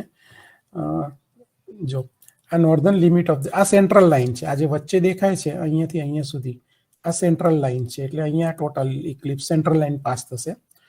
આ વિસ્તારની બહાર આ લિમિટ છે, એટલે આ વિસ્તારોમાં ગ્રહણ નહીં દેખાય. અહીંયાથી આ ભાગમાં વિસ્તારોમાં ગ્રહણ નહીં દેખાય, બરાબર. અને આ જે શેપ બને છે એમાં ઇક્લિપ્સ અહીંયા બીગી, એટલે આ જે લાઈન છે ને ત્યાં જે વિસ્તાર હશે ત્યાં સનસેટ વખતે ઇક્લિપ્સ ચાલુ થશે, પણ સનસેટ થઈ જશે એટલે નહીં જોવા મળે. અને અહીંયા ઇક્લિપ્સ એન્ડ થશે, બરાબર. ક્યારે? સનસેટ વખતે, એટલે એક્ઝેક્ટ સનસેટ થશે ત્યારે જ ઇક્લિપ્સ એન્ડ થશે. અને આ બધો વિસ્તાર છે એમાં ચાલુ ઇક્લિપ્સે સનસેટ થતો દેખાશે. એવું જ આપણા માટે છે આ વખતે. અહીંયા સામે સનરાઈઝ માટેનું છે કે આટલા વિસ્તારમાં સૂર્ય જ્યારે ઉગશે ને ત્યારે જ ગ્રસ્ત થયેલો દેખાશે, બરાબર. આપણે હવે આપણા માટે હવે આ વિસ્તાર છે, એટલે એ જો ગ્રાફ અત્યારનો તમને લઉં તો જો આ વિસ્તાર છે આપણો, બરાબર છે. એટલે આ વિસ્તારમાં આપણે હોવાથી આ વખતનું ગ્રહણ આપણને દેખાશે અને એ દેખાતું હશે ત્યારે સન સેટ થશે, એટલે ગ્રસ્ત સૂર્ય આપણને અસ્ત થતો દેખાશે. એટલે એના માટેનું નામ છે ગ્રસ્તાસ્ત. જો આવી સિચ્યુએશન હોઈ શકે, આખો સૂર્ય છે, આટલું ગ્રહણ વાળો ભાગ છે, આ ચંદ્ર છે, બરાબર. અને સૂર્ય આ ક્ષિતિજ છે, કાળી લાઈન, એટલે એની નીચે જશે એટલે ગ્રહણ કમ્પ્લીટ નહીં થયું હોય પણ આપણને ગ્રહણ છે નહીં એવું લાગશે, કેમ કે ગ્રસિત ભાગ છે એ ક્ષિતિજની નીચે જતો રહેશે. બીજી સિચ્યુએશન જે આ વખતની છે એ આ છે કે અહીંયા મૂન છે, ગ્રહણ પ્રોગ્રેસમાં છે અને સૂર્ય અસ્ત થાય છે. તો અત્યારે આપણા માટે એવું છે, લગભગ 4:45 આસપાસ ગ્રહણ ચાલુ થશે. 6:05 જ્યારે સૂર્ય અસ્ત થશે, સૂર્ય અસ્ત એટલે આ સેન્ટર નીચે જતું રહ્યું એનું સૂનનું હોરાઇઝનની નીચે, એટલે સૂર્ય અસ્ત. તો એ વખતે ગ્રહણ તો ચાલુ જ હશે, પણ આપણે લકી એટલા માટે છે આ સિચ્યુએશન હોત તો કદાચ સેટિંગ સનને આપણે ઇક્લિપ્સ ના જોઈ શકત, પણ આ સિચ્યુએશન આપણા માટે થશે કે આપણે છેક સુધી આ જે કટ પાર્ટ છે એ જોઈ શકીશું, છેક નીચે જશે ત્યાં સુધી. આવું ને આવું સનરાઈઝ વખતે પણ થઈ શકે કોઈક જગ્યાએ, પણ આપણા માટે આ વખતે ગ્રહણ આવું હશે. આ વખતનું ઇક્લિપ્સ ગ્રસ્તાસ્ત છે. મેં આગળ કીધું એ પ્રમાણે સન મૂન લિબ્રા ઝોડિયાકમાં છે ડિસેન્ડિંગ નોડ છે, સારોસ સિરીઝ 124 છે. અને આ વસ્તુ ખાસ ગુજરાતમાં જે લોકો ઇક્લિપ્સ જોશે એમના માટે અશ્વિન મહિનો છે. આસો માસનો છેલ્લો દિવસ અમાસ એટલે દિવાળી, આપણા વર્ષનો છેલ્લો દિવસ. તો આપણે ત્યાં અશ્વિન મહિનો ચાલતો હશે, એટલે કે આસો માસમાં ગ્રહણ છે. પણ નોર્થ ઇન્ડિયામાં because they follow Purnima system, 15 દિવસનું લેગ છે, આપણા માટે લેગ છે. તો ત્યાં આગળ કાર્તિક મહિનો ચાલતો હશે. એટલે ગુજરાતમાં આસો મહિનામાં ગ્રહણ છે. તો યુપી એમપીમાં જતા રહેશો તો એમ કહેશે કે ભાઈ કાર્તિક મહિનાનું ગ્રહણ છે. બીજી એક પોઈન્ટ સનનું મેગ્નિટ્યુડ ડિફાઇન કરવામાં આવે છે કે લાઈક 0.5, 0.4. એટલે ઘણી વાર આપણને એમ લાગે કે 0.5 એટલે અડધો સૂર્ય ઢંકાઈ જશે. તો ના, મેગ્નિટ્યુડ જે છે એ રીતે ડિફાઇન છે કે કેટલું ફ્રેક્શન સનનું કવર કરવામાં આવે છે મૂન દ્વારા. એટલે લાઈક આની વાત કરીએ તો જો આ સનના ડાયામીટરનો 0.5 છે, ડાયામીટર 0.5, અડધો ડાયામીટર કવર થઈ ગયો છે. એટલે આનું મેગ્નિટ્યુડ 0.5 છે. પણ એઝ યુ કેન સી આટલો ભાગ હજુ ઢંકાયેલો નથી અને આ પણ ઢંકાયેલો નથી. એટલે magnitude 0.5 does not mean half the area of the sun is obscured. એ અડધા કરતા વધારે ભાગ એનો ખુલ્લો હશે. હવે છેલ્લા ભાગમાં આવીએ આપણે, how to safely observe the eclipse. તો બેસિક તમને વોર્નિંગ બધે આ જ મળશે કે સૂર્યને ડાયરેક્ટ ન જોવું. અને એ વોર્નિંગ સાચી છે, કેમ કે પરમેનન્ટ આઈ ડેમેજ થઈ શકે ડાયરેક્ટ સૂર્યને જોવાથી. એ નરી આંખે જોઈએ તો પણ એનો મતલબ એવું નહીં કે સૂર્યગ્રહણ કે સૂર્યકલંકો આપણે ન એન્જોય કરી શકીએ. તો એના માટે આપણે ધ્યાન રાખવાનું છે. ખાલી આખા ઇલેક્ટ્રોમેગ્નેટિક સ્પેક્ટ્રમમાં આટલું અરાઉન્ડ 4000 to 7000 એંગસ્ટ્રોમ માટે જ આપણી આંખો બનેલી છે. યુવી આઈઆર માટે આપણી આંખો બનેલી નથી. દે ડોન્ટ રિસ્પોન્ડ. અને એ જ ખતરનાક છે, કેમ કે સનમાંથી જે લાઇટ આવે છે એનું તમે ઇલેક્ટ્રોમેગ્નેટિક સ્પેક્ટ્રમ જુઓ તો લોટ્સ ઓફ યુવી, આઈઆર, એક્સરેઝ બધું જ છે એમાં, બરાબર. એટલે ખાસ આપણે કે ભાઈ આટલું આપણા આંખ માટે, આપણી આંખ એના માટે ઇવોલ્વ થઈ છે, રાઈટ. 700ની ઉપર રિસ્પોન્ડ કરતી નથી. અને ઓફકોર્સ યુવી પણ બાયોલોજિકલ મટીરિયલ્સ, એટલે કે આપણા સેલ્સને નુકસાન કરી શકે. Less than 350 nanometre. લગભગ same 37% of sun's energy lies in the infrared compared to 39% in the visible. તો અને યુવી તો ઓફકોર્સ છે જ. એટલે જો આપણે કોઈ પ્રોટેક્શન વગર સૂર્યને જોઈએ અને સનલાઇટ આપણી આંખોમાં જાય તો ઓફકોર્સ રેટિના ઉપર પડશે. બટ રેટિનામાં કોઈ પેઇન રિસેપ્ટર્સ નથી, એટલે કોઈ પેઇન ફીલ ના થાય. અને વધારે પડતો આઈઆર કે યુવી જાય ને આપણું રેટિનામાં નુકસાન થતું હોય તો we don't feel any pain. એટલે પછી જ્યારે 1-2 દિવસમાં તમને પ્રોબ્લેમ થાય ત્યારે તમને ખબર પડે કે આંખોને નુકસાન થયું છે. And that is kind of irreversible જેવું છે અત્યાર પૂરતું. Medical technology has progressed a lot, but that is kind of irreversible as far as I know. એટલે આપણે કોઈ પ્રોટેક્શન યુઝ કરવું જોઈએ. We must use a filter. And the filter should be such that યુવીમાં ખાલી આટલા % જ transmit થવું જોઈએ, બાકીનું બધું એબ્સોર્બ થઈ જવું જોઈએ અથવા કટ ઓફ થઈ જવું જોઈએ. Not absorb, cut off rather. વિઝિબલમાં આટલા % જ ટ્રાન્સમિશન થવું જોઈએ, સેમ આઈઆર. સો રફલી 0.003 should be the number you should remember. એવું ફિલ્ટર હોવું જોઈએ કે આ 3 વિસ્તારમાં આપણને ટ્રાન્સમિશન આટલું જ આપે. then we can see safely, otherwise આંખોને નુકસાન થઈ શકે. હવે આ તો આપણી આંખો જોવા ટેવાયેલી જ નથી, એટલે જનરલી લોકો શું કરે કે વિઝિબલ કટ થતું એવું એમને લાગે એટલે કે ડાર્ક ગ્લાસીસ ને એક્સરે યુઝ કરવાનો પ્રયત્ન કરે. But if you cut off only visible, UV ને આઈઆર નથી કટ ઓફ કરતા, તમારી આંખો ઇવોલ્વ નથી થઈ, એટલે તમને અંદર નુકસાન થશે તો પેન રિસેપ્ટર્સ નથી રેટિનામાં, ખબર ના પડે એ થાય. એટલે let us not go into the details of this. This is simply ratio of incident light to what is transmitted ratio, and then we take log of it. So that will decide the optical density. એટલે એવું હોય આમાં. પણ the shade number 0.003 ની આપણે વાત કરીએ percentage transmission, તો it is 10.5, એટલે roughly 11 shade number હોવો જોઈએ. તો એવું શું છે કે જે આપણે યુઝ કરી શકીએ safely.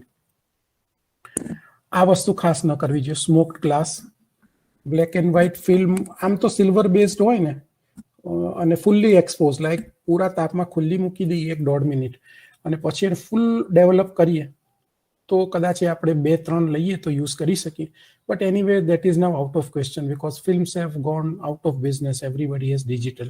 Sunglasses nahi, X-ray photograph koi use કરીને જોતા હોય, nothing doing. બીજું કશું આવું વપરાય નહીં. કેમ કે it will cut only the visible. It will not cut IR and UV. And because the intensity of the visible decreases, you have a false sense of security going in. કે હા ભાઈ safe છે. But એવું નહીં કરવાનું. એટલે one option. Now I will talk about the option. One is welder's glass. जो हमारी पास 11 number no glass है. As you can see here, it is 11 number glass. Okay. આમાંથી આજે દેખાય છે ને મેં ફોટોગ્રાફ લીધો મોબાઈલથી એ છે. Nothing is transmitted. This is just a reflection of the mobile which I used to click. But here I have a bright light about like 60 ke 100 no ગોળો હતો and it's so bright, but still you can see that it's totally dark. But that is 11 only. What this graph shows is safe is only 14 number. બરાબર છે. આ બધા graph જોશો એમાં તમને બે ટ્રાયંગલ તમે જુઓ આખા રિજિયનમાં તો that is 14 number. Now suppose I have this 11 number. What to do? You can do one thing. If you have say one of 8 and one of 6 number, you can combine 8 and 6, one on top of one another. If you put, it can be 14. But the basic disadvantage here is you will see a green colored sun. Okay, aesthetically તમને સારું નહીં લાગે કે green color નું છે, right? Or then what is the second option? Second option is you have been taught in school, pinhole camera. This is a pinhole camera where you have a small hole and on the other side you have a translucent screen. So it will create a inverted image on the screen and you can see it દેખાય છે. But disadvantage of this is the image is so small you cannot see anything. તમને એટલો ખ્યાલ આવે કે કદાચ circular નથી sun એટલે કંઈક કપાય છે એટલું જ અંદાજ આવે તમને. બાકી this is the basic disadvantage. So you can do mirror projection. This is good. You can put a mirror and cover it, the whole mirror except for a small hole. So when the sunlight falls on it, you will see a reflection. And that is good. See, this I did way back. I think 15-20 years back. This is the projection on the wall of my home where I use this mirror projection. So this you can do and you get a fair sized image of the sun. એટલે તમને સારું એવું દેખાય, મજા આવે, વાંધો ના આવે અને સેફ પણ છે. So this is one thing which you can do. Or you can use a telescope using you can see a filter. હવે ફિલ્ટર તમને છે ને કોક વાર આમ પેલી એલ્યુમિનિયમ ફોઇલ હોય ને કિચનમાં વપરાય એવું લાગે, પણ it is not like that. They are specifically manufactured by vendors where some thin film coatings are done on a film so that it will cut off the UV IR and only transmit what is which should be transmitted, that portion only. Sometimes you have a big and a smaller hole where the film is there. This is known as a stop. This process is known as stopping down your telescope. So you can have a small hole and all other thing is opaque body this, and here you have the film. So that can be done. Next, you can, if you don't have a filter but you have a telescope, you can do eyepiece projection as I have done this some few years back for my students. This I was showing sunspots, but this you can do eyepiece projection and you have a good size image. You can see the spots, and if it's a eclipse, you can do it like this only. That's also. But you have to take care because otherwise the eyepiece and plastic parts can easily melt if heat buildup is there. And this is what I like very much, my sunspotter. As you can see here, this eclipse of June 2020 at home because it was lockdown. And this was the last public program probably for my eclipse just before Corona, December 2019. And you can see the eclipse in progress. The advantage of the sunspotter is that it is open from both the sides. If you have a telescope or something, you have to see one by one. Takes too much time. But here, 5-10 people can at a time see the eclipse, enjoy. And because it's a projection, there is no question of your eyes being damaged, and very easy to set up. Within 5 minutes, I can put and the session starts. It's like that. If you see this time also, I would suggest you see the below some trees. This if you see this carefully, there are all these are suns, eclipse suns, so many, because the leaves of the tree will create tiny pinholes everywhere, and when the sunlight passes through that pinholes on the ground, you will have a, here you can see thousands of eclipsed suns. Let me zoom it. See here, now it is clear. Each and every spot is an eclipsed sun. So this is wonderful. You can use this is using a kitchen utensil. જાળી આવે છે વી કિચનની, તો એમાં બધા નાના નાના holes હોય. So this you can use that kind of this also you can do, but the real fun is below a tree, natural, seems natural. So I think there are some other facts, but it's exactly 11:55. I started at 10:55 and you had given me 1 hour. So this is just last one. What happens when the same eclipse is visible from the northern and southern hemisphere? The person who is here is seeing from a one perspective. The person who is in the southern hemisphere sees from the other side. So for the northern hemisphere person, what happens? What does he see? How does the eclipse progress for him? The eclipse starts from here. Okay, then the moon enters from this side, and then there is a total, and then it leaves from this side.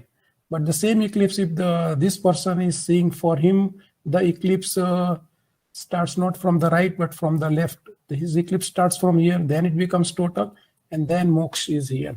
So this is what the two persons, one in northern and northern, the direction is different. For the northern hemisphere person, the moon enters from the right and leaves from the left. It would be reverse for the southern hemisphere person. So my 1 hour is over.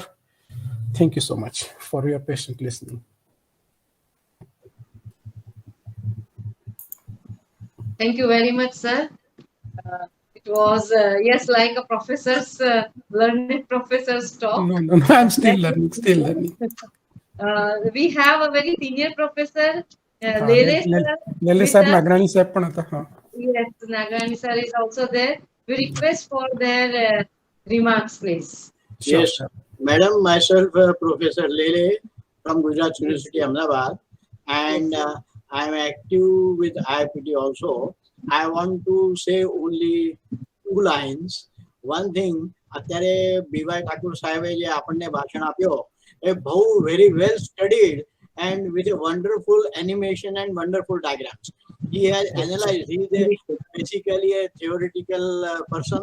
So he has analyzed the complete eclipse from top to bottom, and with the geometry and with the mathematics and also many animations. So I request that you arrange with the Coast all his recorded thing to be on our website permanently for all students to study throughout their life. Sure, I will be happy to share whatever I know, sir. We will get from sir.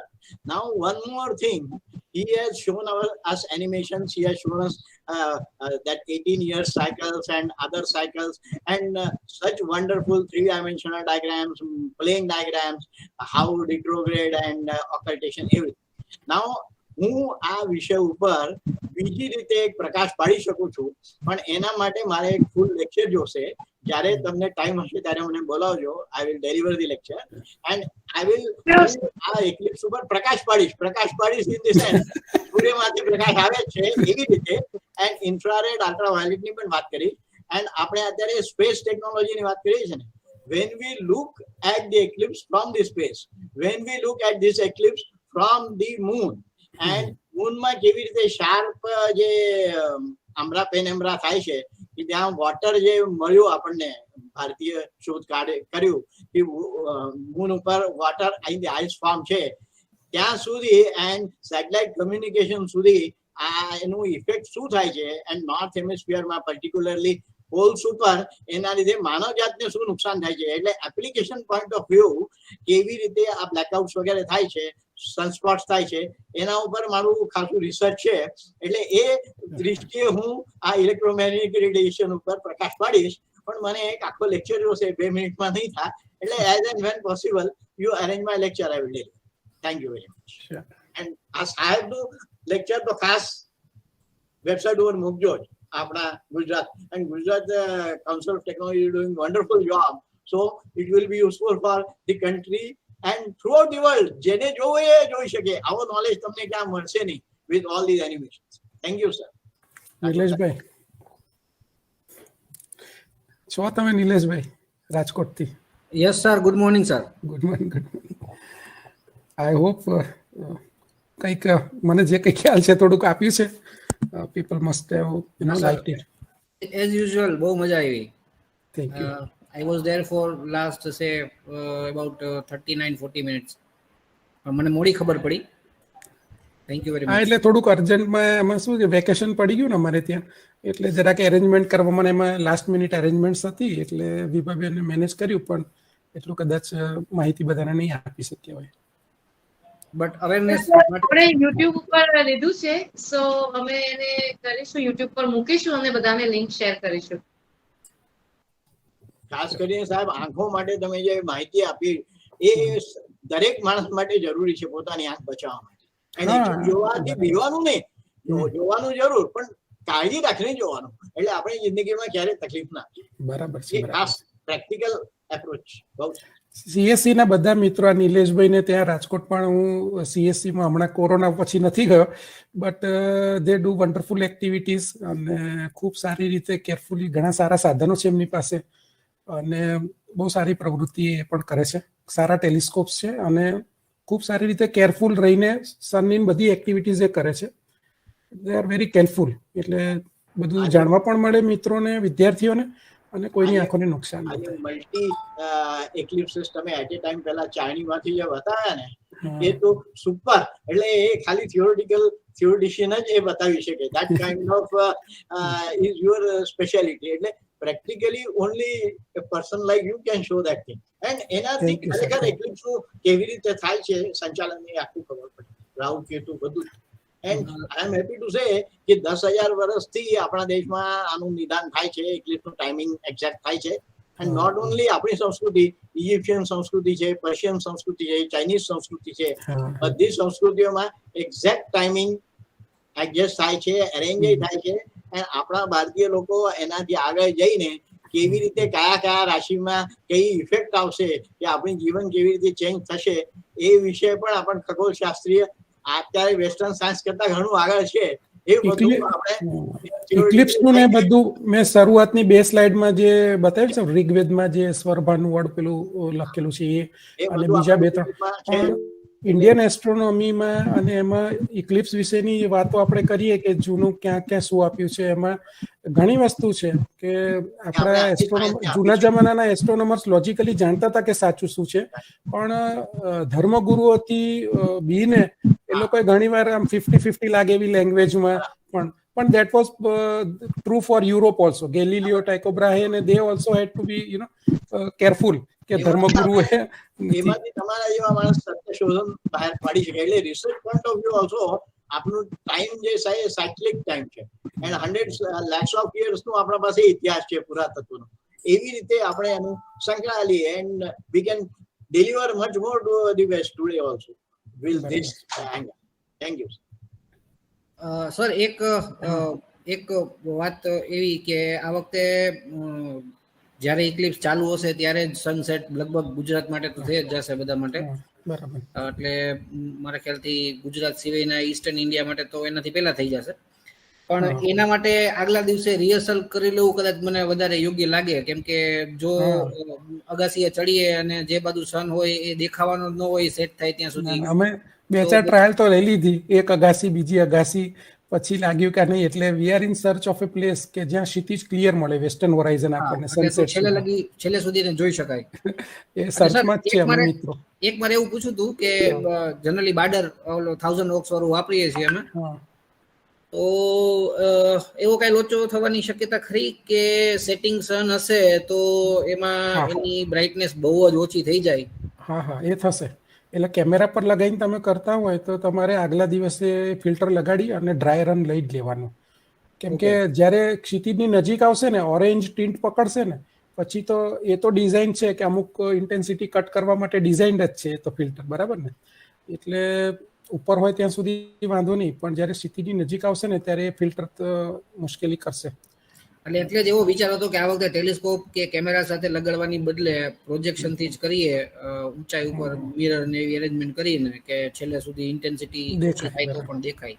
બરાબર છે, બરાબર છે. એટલે જ projection is best, કે આપણને છેક સુધી એ આઈપીસ પ્રોજેક્શન આપણે ગોઠવી દઈએ તો સારું રહે, અથવા તો આ બીજું કંઈ પણ. But that would be better without filter, કેમ કે એકદમ સેટ થતી વખતે તો નહીં જ દેખાય ફિલ્ટર, નહીં દેખાય, ફિલ્ટરમાંથી નહીં જ દેખાય. એટલે આપણે ડ્રાય રન એ પણ લેવું પડશે અને જગ્યા પણ શોધવી પડશે કે ક્યાંથી આપણને ક્લિયર હોરાઇઝન મળે છે. એટલે હમણાં એ જ કામ કરું છું, હમણાં 2-3 દિવસથી બધા મિત્રોને વળગાડ્યા છે. તો સારું થયું તમને મળવાનું થયું વર્ચ્યુઅલી. ઘણા વખત પર્સનલી તો કોરોના પછી નથી મળ્યા, બટ તો વિભાબેન, હવે આપણે બંધ કરીશું આપણી સેશન. વિભા મેડમ? સર, વિભા મેડમ નથી, આઈ થિંક સો એમને એક કોલ આવ્યો છે, તો વાંધો નહીં, we can conclude it sir. હા, yes. So if there are no other comments or questions, we can conclude the meeting. Okay, ma'am. Okay, ma'am, it's up to you. Yes. Yes, please. We can conclude the meeting if there are no other comments or queries, no? Oh, yes. Okay, fine. Thank you. Thank you very much, sir. I enjoyed interacting with all of you. We all Virtual, enjoyed. तो ले yes. nothing like a classroom, but still. ચલો, thank you. So, હા, આમ તો CSC ખગોળ મંડળના આપ coordinator છો, former director છો, એડવાઇઝરી કમિટીના સભ્ય છો, એટલે આપનો જ કાર્યક્રમ છે, પણ છતાંય ત્રણેય CSC તરફથી ખૂબ ખૂબ આભાર. We are thankful to you for sparing your time and sharing the knowledge with us. અને આટલું સરસ રીતે બધાને માહિતી આપી તે બદલ આપનો ખૂબ ખૂબ આભાર. Thank you. હા, એક જાહેરાત કરવાની છે કે સૂર્યગ્રહણ જોવા માટેના ફિલ્ટર્સ, વ્યુઅર્સ, એની એક કીટ ગુજકોસ્ટ દ્વારા દરેક કમ્યુનિટી સાયન્સ સેન્ટરને આપવામાં આવશે. એ લોકો આજે ડિસ્પેચ કરવાના છે, આવતીકાલે અમે રિસીવ કરીશું. તો અમારો કોન્ટેક્ટ કરશો તો અમારે ત્યાંથી એ પ્રાપ્ત થઈ શકશે.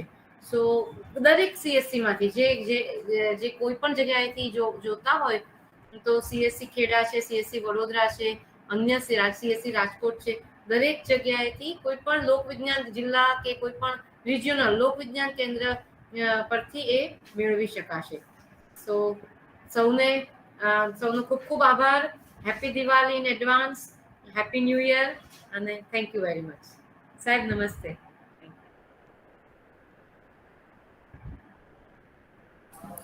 Thank you, madam.